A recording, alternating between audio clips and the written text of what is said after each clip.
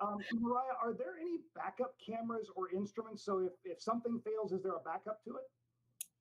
We have lots of cameras on the rover, and so if one fails for some reason, we're not completely blind. We've got other ones. We've got a lot of them that are used primarily for engineering purposes, for driving, for scoping out terrain and navigation purposes. And then we've got our science cameras, and so they each have kind of their unique purpose, but they all work together. And if one stopped working for some reason, we would have others that could take over. The other instruments, some of them we don't have backs for. The meteorological sensor, that's one that if that malfunctions, we're out of luck. And unfortunately, actually, one thing about the Curiosity landing was that part of the wind sensor on the Curiosity rover malfunctioned during the entry, descent, and landing. And so this was a situation where we had one of those instruments and we couldn't get it back. So we did our best to understand wind in other ways. But sometimes, there's only one and no backup. If I could add to that, one of the things, big shout out to the engineers at JPL.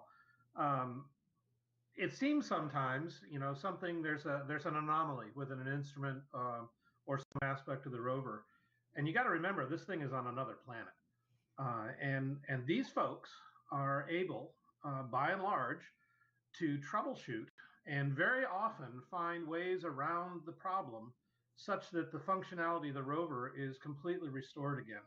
So, I totally agree with what Mariah said. I just want to say that I am astounded and impressed by the ability to troubleshoot and repair things that are located on the surface of another planet. Kind of following up a little bit on that, Lucia and Ariana would like to know, how do we avoid introducing living organisms from Earth into the Martian soil and atmosphere? You want to do that, Mariah, or go ahead? I can start it off. That's a great question. This is what we call planetary protection, and there's a lot of work that goes into making sure the spacecraft is sterilized and everything is done in a clean environment out of JPL, so that we can't contaminate the spacecraft and send those microbes, any microbes from Earth, to Mars. So there's a lot that goes into making sure that everything is clean and sterilized before it launches off the surface. All right, we've got Shaw Montessori Upper Elementary in Phoenix, Arizona, as well as homeschoolers in Wales and Walnut Grove Secondary School, all tuning in, as well as Egypt. Thank you all so much for watching. We've got just a few minutes left in this live chat. And then once we wrap up, the NASA TV coverage will start. And we really encourage you to watch that. We're at 1 hour and 55 minutes until touchdown. And so everybody around the museum, I know, is getting really, really excited about it. John, at the beginning of the show, you cut out a little bit. And I'd kind of like to loop back around because we did get another question about this. It's getting a little crowded around Mars. Can you tell us what's going on with the other missions? Yeah, so there's a bunch of missions at Mars that are still operating. Some from the European Space Agency. There's a mission from India, and then of course some prior U.S.-led missions like the Odyssey spacecraft and the Mars Reconnaissance Orbiter spacecraft, etc. But the recent arrivals, just here in this sort of 10-day period, have been a new orbiter from the United Arab Emirates called HOPE.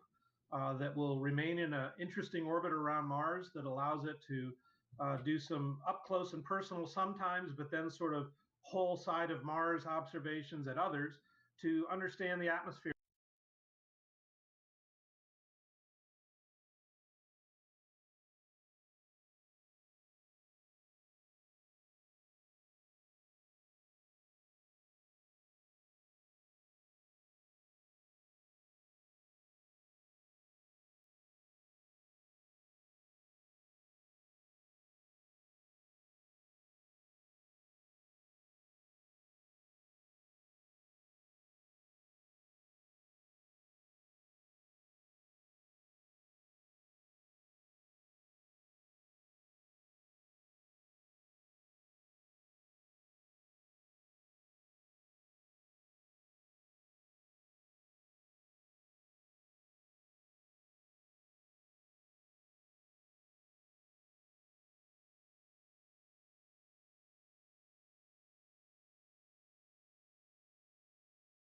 Mi się zdaje, że teraz ta pani po prostu czeka.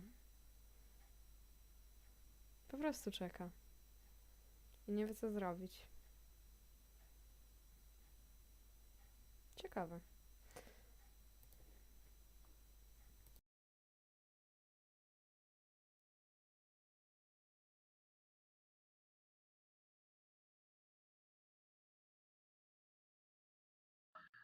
Perseverance, in addition to looking for biosignatures, signs of life, understanding the geology of the Jezero crater landing site and beyond, Gościu się is part of pojawił. sample return.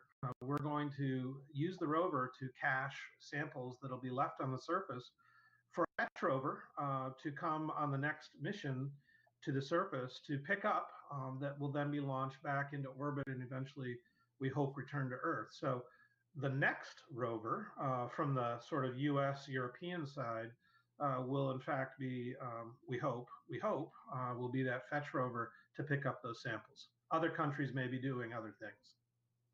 Awesome. Well, we're at an hour and 52 minutes until the landing on Mars. And Mariah, this next question, somebody wants to know, other than communicating back that we've landed safely, what are the first tasks for the rover?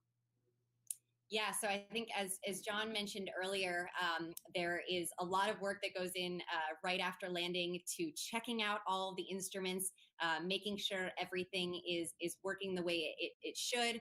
We'll turn everything on, start doing diagnostic testing, start calibrating the instruments to work in the Martian environment, and all of that can take days or weeks. And so those will be kind of the first set of objectives for the team to accomplish. And then, as I mentioned, shortly after that, we will probably be setting the helicopter on the surface, and then start driving away and let the helicopter hopefully do its test flights. And then we will be on the road and we'll start exploring Jezero Crater. John, how do we make decisions on where the rover goes every day? And I know that you've had some experience, and Mariah has as well. So do you want to tell us a little bit about, if you want to start, about how we make those decisions? Yeah, so NASA has lots of acronyms, and so they come out in phrases like SOG chair or LTP. What are those things? Well, a SOG chair stands for SOWG, Science I z tego, co oni Operations tu Working mówili, Group. jeśli dobrze usłyszałem, to Łazik będzie lądował dopiero o 21 około. Więc wiecie, możecie cały czas zostać. No ale patrzcie, 90 000 osób to ogląda. Their interests are such that they want to go to rock A where everybody else wants to go to rock B. And so there's a lot of discussion about should you go to A, should you go to B, and how many resources from the rover, how much time will that take to do it? And that SOG chair is the person that sort of herds those cats into a consensus that decides what's done with the rover on that given day. Now, the other side of that is the LTP, and that stands for long-term planner. And they take a longer look at things. They kind of not worried so much about what we're going to do today or tomorrow, but how what we do today or tomorrow might affect what we do over the next couple of months. And they're in the back of the room sort of poking the SOG chair on the back saying, hey, remember, we got to get over there here in the next week or two. And so it's a team effort. And I would point out that even though I kind of kiddingly described the scientists as a herd of cats, it's not that way at all. It really is a very congenial, very fascinating discussion that occurs, because you hear all of these inputs from all of these people that have different expertise, that have different perspectives on what they think is important and how that fits into the mission objectives. And so by having this process, as opposed to just focusing on one thing and one thing only, I think really leads to an enrichment of the science process and the science return from these missions. All right, well, we are just about out of time. Mariah, I've got one more question from you that came in. Why do we need to study Mars? An important question. One of the reasons that we really want to study Mars is because we know that Mars at one point in the past looked a lot more like Earth than it does today. So understanding why it changed, how did the climate change on Mars so much over the last couple billion years, really helps us kind of get at those questions about habitability and understanding solar system and planetary formation as a whole. I think that we often think that we sort of understand everything about planets, but before we ventured off into the solar system, Earth was one data point that we had. And so increasing our understanding of different planetary environments and geology on different planets, it helps us get kind of a more comprehensive understanding of these long-term processes that are guiding planetary evolution and that help us understand where life could exist in our solar system and in other on other planets around other stars as well. Awesome. Well, if you've enjoyed today's program, be sure to head over and give STEM in 30 a follow on social media. We are produced by the National Air and Space Museum, and our goal is to take students to places and meet people virtually that they may never get a chance to meet otherwise. Here's a look at STEM in 30.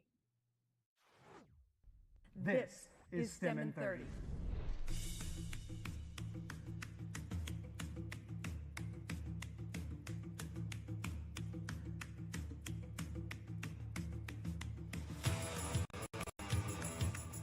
But we're going to have you all create a little demo that you can take home tonight. We're going to do a little bit of math to figure out how far apart they actually are. Here at the National Air and Space Museum. Czyli teraz, jeśli się nie mylę, jest po prostu przerwa.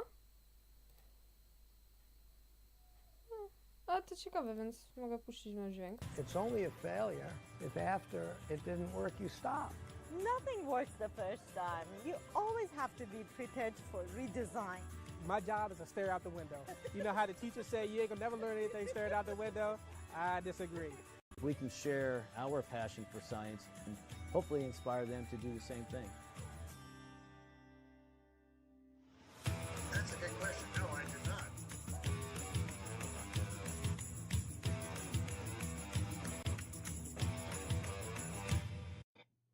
Well, don't forget that we're just about out of time, but the coverage of the landing of Perseverance is just getting ready to start over on NASA TV. Juntos Preservaremos, which translates to Together We Persevere, is NASA's first ever Spanish broadcast of a robotic landing on another planet. The 90-minute live stream will highlight the role that Hispanic NASA professionals have had in the success of NASA's Mars 2020 Perseverance mission, featuring interviews with Latino scientists and engineers as well as astronauts. The show will be hosted by Perseverance engineer Diana Trujillo and will include a children's segment in collaboration with Plaza Sésamo, live commentary of Perseverance's entry, descent, and landing, and other special guests. The show will air today starting at 2:30 p.m. Eastern on NASA en Español's social media accounts. The related hashtag is Juntos Preservaremos. STEM in 30 just released our latest episode focused on Mars. In it, you will meet planetary scientists and engineers working on the Mars rover. You'll also meet some amazing students and learn how you can participate at home with a great hands-on experiment. The next episode of STEM in 30 comes out on March 4th, and it's all about stealth. Have you ever wondered what's in the sky that you can't see? Learn about the secretive world of stealth aircraft. You'll explore the F-117 Nighthawk, the B-2 Spirit, and learn with hands-on experiments that show you how to avoid detection. All right, well, be sure to head over to NASA TV to watch the landing. Fingers crossed for a safe landing. Well, I will certainly sit through that 7 minutes of terror to see what happens. Thanks, everybody, for watching. Thanks for watching. Czy oni to naprawdę teraz zatrzymali? Czy oni to naprawdę teraz zatrzymali? Nie. A, że oni będą później chyba. Oni to skończyli? Nie mówcie. Nie chcę mi się teraz sprawdzać, co to jest broadcast. Ej, oni powinni to jeszcze dalej zaraz dać.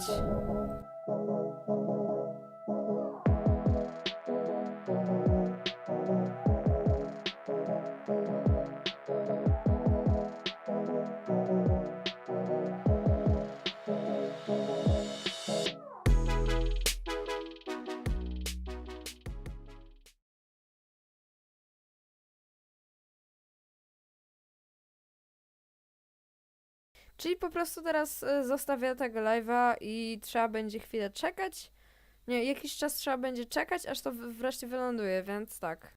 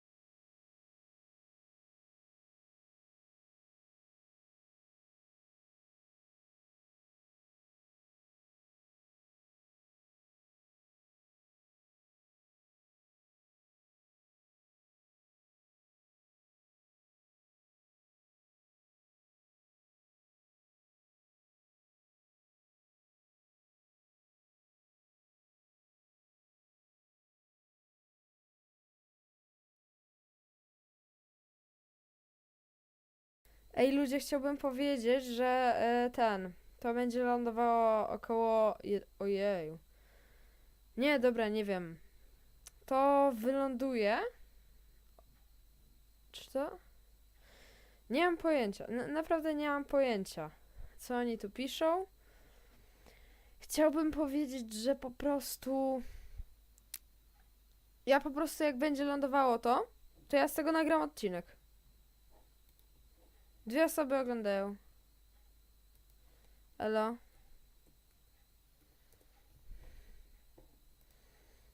Ale no, patrzcie, ja mam tyle wyświetleń już. Jakby odtworzę, no. Nie, to jeszcze za chwilę. To ja wyłączam dźwięk po prostu i czekamy.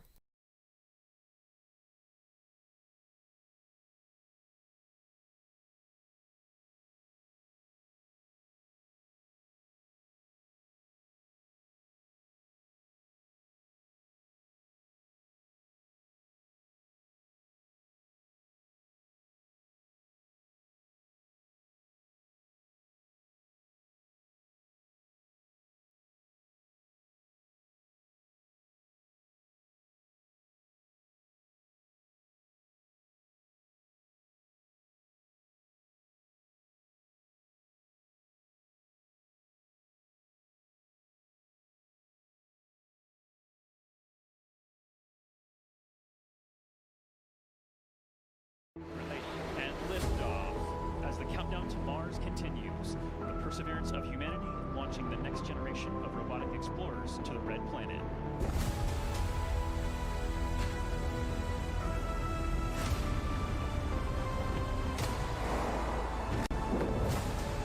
Widzicie to?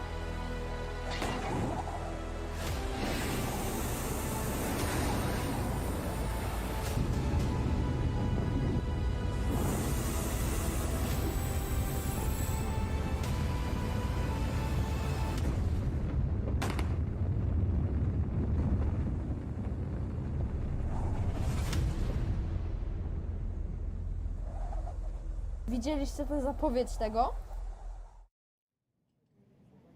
Welcome to NASA's Jet Propulsion Laboratory in Southern California. We are gearing up for NASA's Perseverance rover to touch down on Mars. Happening in an hour and a half from now, the rover will attempt to land in Jezero Crater. It is the most difficult landing site on Mars ever attempted. Thank you for joining us. I'm your host, Raquel Villanueva. In the past, mission team members gathered in our mission control for landings. But this time around, we have COVID safety measures in place. Today's landing will look a little different than what you've seen before. I am in a room by myself, and so is my co-host. Here in the Space Flight Operations Facility, team members are in different parts of this building. Some are in mission control, others are upstairs for landing operations. We also have isolated rooms for our guests on this show. In total, we have 8 locations covered by 14 robotic cameras that you will be seeing. One of those locations is the dark room, the heart of NASA's Deep Space Network. Think of it as a giant communication switchboard. This is where spacecraft phone home to us from across the solar system and interstellar space. The Deep Space Network has been tracking Perseverance since it left Earth, and there are lots of ways you can watch landing today. We have a 360-degree camera inside the control room. It lets you experience the landing right along with the team while seeing this broadcast. We also have the clean feed. It shows an uninterrupted view of mission control and audio. También tenemos un programa en español. To tell us about it is host Diana Trujillo, who also works on the mission. Thank you, Raquel. We're so excited to be the sister live broadcast in Spanish. Sintonízate nuestro programa en las redes sociales de Twitter, YouTube y Facebook en la NASA en español para que nos acompañes a un tour virtual de la NASA con entrevistas con astronautas, con participación de artistas, con entrevistas con científicos e ingenieros de Perseverance, con Plaza Sésamo y mucho más. Te esperamos. Gracias, Diana. And don't forget, we want to see how you are watching the landing today. Use the hashtag Countdown to Mars to send us your photos and videos. To preview what interviews are coming up is my co-host from the JPL News office, Marina Jurica. Thanks so much, Raquel. The excitement is building behind me right here in Mission Control as we count down to the Perseverance landing. We will be talking to some of the many people who made today possible, from scientists to engineers on the Mars 2020 Perseverance rover team to folks from NASA headquarters, giving us a look into the future of Mars exploration. A little later, we will also be speaking with the students who named the rover and the helicopter. Inspirational stories as we prepare for another landing on the red planet. Back to you, Raquel. Thanks, Marina. Let's give a shout out to the students around the nation learning about Perseverance's mission to Mars with their teachers. We're happy you're with us on this exciting day. Later in the show, we will be answering some of the questions you submitted through your classrooms. Landing on Mars is complex. The team will be calling out milestones as they happen. It's fast-paced, and you'll hear lots of technical terms. To help us translate and explain what is going on in Mission Control is Swati Mohan. She is part of Perseverance's landing team. Thanks for guiding us through landing today, Swati. Hi, Raquel. I'm happy to be here today. So, Swati, what is the status of the Perseverance rover right now? So, Perseverance is still in space right now, about 9,000 miles from Mars.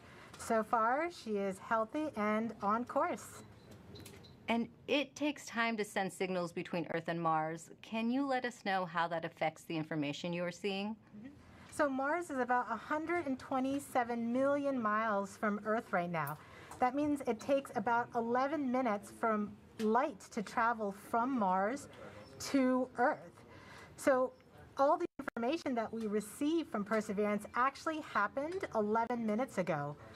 So the round trip is 22 minutes for us to send a command to Perseverance and hear back on the ground that she's received that command. This is what we call two-way light time. That's good to know. And can you tell us who else is in the room with you right now? The operations team is split into two different areas. Here in the cruise mission support area, we have primarily the team that has been flying Perseverance from Earth to Mars. You'll see the placards with the roles of each of the people by their stations. Some of the people you may hear talking today are the flight director, who is the conductor of our operations orchestra here, the entry, descent, and landing activity lead, who is a member of the landing team tasked with understanding the execution of entry, descent, and landing, and then also the telecommunications and entry, descent, and landing communications engineers who will be monitoring the signal from Perseverance through the different paths that we have. Upstairs, in what we call the war room, we have almost the entire entry, descent, and landing operations team. And then across the hall from them, we have the surface mission control room, where the surface operations team is ready and waiting to take over as soon as Perseverance's wheels touch the ground. And you have been part of this mission for years now. Can you tell us what have you been working on? I've been working on Perseverance for almost 8 years now as a guidance, navigation, and control engineer, working primarily on entry, descent, and landing. One of my big tasks was to help with terrain relative navigation. Perseverance will be the first mission to fly terrain relative navigation.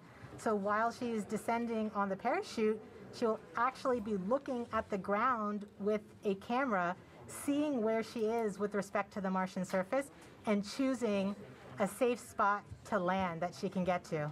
After so many years of working on the mission, it's an honor to be here today as the mission commentator. We're happy to have you here. Thanks, Swati. We'll be checking back in with you in just a few minutes as Perseverance approaches its next milestone. Sounds good. But for now, let's learn more about the rover's mission once it lands on Mars. You know, Mars is the closest place that we can reach with robotic exploration that we think had a really good chance of having ancient life. The Perseverance rover will land at a location called Jezero Crater. Jezero Crater is a very interesting place. It's a crater that once held a lake. There are a lot of craters on the surface of Mars that could have once hosted ancient lakes, but not every crater that we think had a lake actually preserves evidence that that lake was there. It had an inflow channel and it had an outflow channel. That means it was filled, the crater was filled with water. In Jezero, we have probably one of the most beautifully preserved delta deposits on Mars in that crater. This is a wonderful place to live for microorganisms, and it is also a wonderful place for those microorganisms to be preserved so that we can find them now so many billions of years later. There is no other place on Mars that has the unique combination of a lake setting, a beautifully preserved delta, and the diverse mineralogy that we have in Jezero Crater. So it's truly a special landing site. The major goal of the Perseverance mission is to investigate astrobiology on Mars, and in particular, to address the question of whether life ever existed on Mars. The Perseverance rover starts with a design that's very similar to Curiosity. We've added to it a whole new set of science instruments, and these science instruments were purposefully selected to help us in the search for biosignatures. We're going to be taking microphones with us. For the first time, we're going to have that human sense on another planet. Perseverance carries with her a grand experiment in spacefaring technology, a helicopter, the name of which is now Ingenuity. One of the major upgrades that Perseverance has from Curiosity is that it's able to self-drive for a distance of up to 200 meters per day. As the rover is driving, it's literally building the map of the road it's driving on Mars. Scientists for years have told us that to really unlock the secrets of Mars, we have to bring samples from Mars back to Earth. So what Mars 2020 is going to do is to drill samples, put them in small tubes. We're going to seal it in its own individual tube. We set them on the surface to provide a target for the second two missions, which hopefully will get in development in the next several years and could potentially get the samples back to Earth by 2031. Perseverance is a very, very profound first step in both our understanding of our place in the universe and a stepping stone towards human exploration on Mars.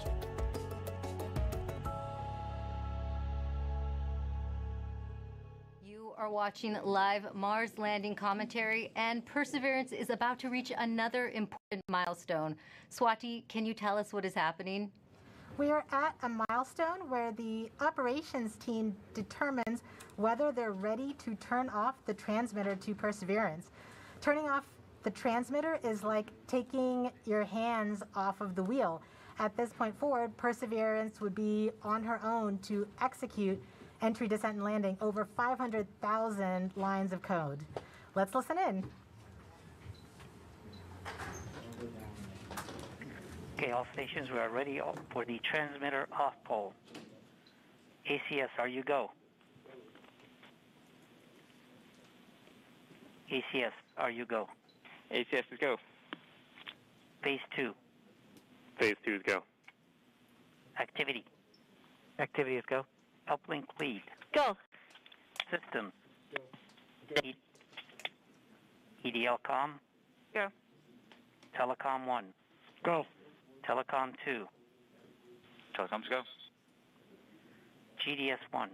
Go. GDS 2. Go. Fault protection. Go. Power. Go. Avionics. Go. Thermal. Go. Flight software. Flight software go. Data management. Go. Propulsion. Go. Art lead. Go. Team chief. Go. ACE. Go. Launch cruise phase lead. Go. Deputy mission.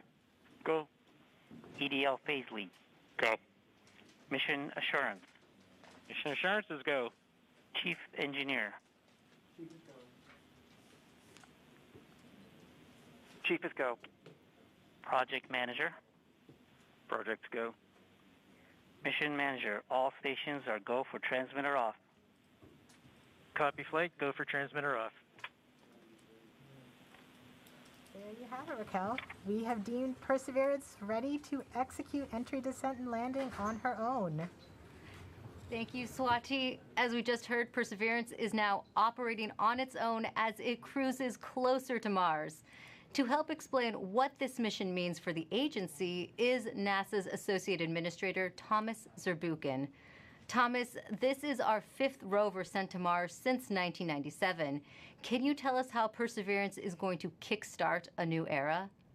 Wow, this is such an important day today, and it really is the beginning of a new era in a sense that we're going from exploration, kind of with experiments on rovers, looking around, doing analysis, to the sample return phase, in which we're not only looking around, looking at the geology, but really turning our rover into a robotic geologist and astrobiologist, collecting samples that we will bring back to Earth. And for us, of course, those are where the best laboratories are of all of humanity. Some of them still remain to be explored by some that are not yet in the science community yet.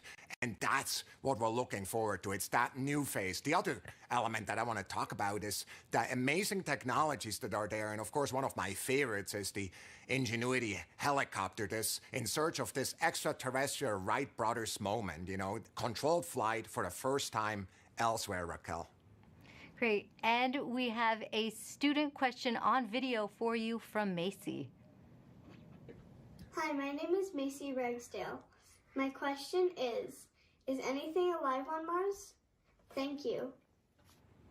Well, Macy, I'm so glad for your question. That's a question I ask myself. Is anything alive there? And frankly, at the surface where we're going right now with Perseverance, we do not believe there's anything alive right there because of the radiation that's there. It's chilling cold and there's really no water there. But guess what?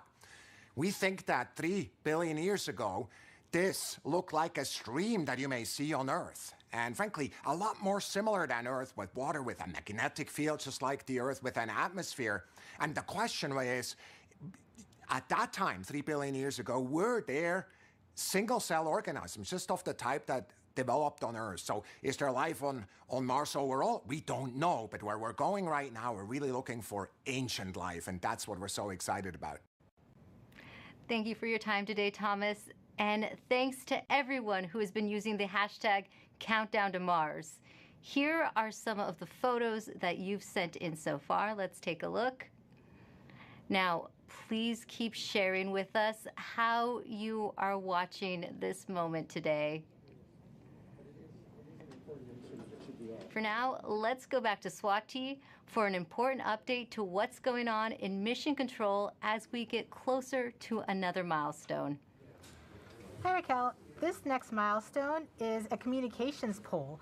So during landing, not only will Perseverance talk directly to Earth, but we'll also be talking to 2 spacecraft that are currently orbiting Mars, the Mars Reconnaissance Orbiter and the MAVEN spacecraft.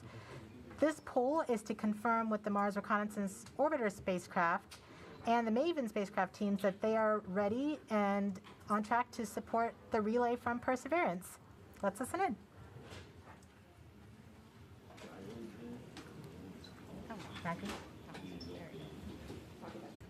Great. Thank you, Swati.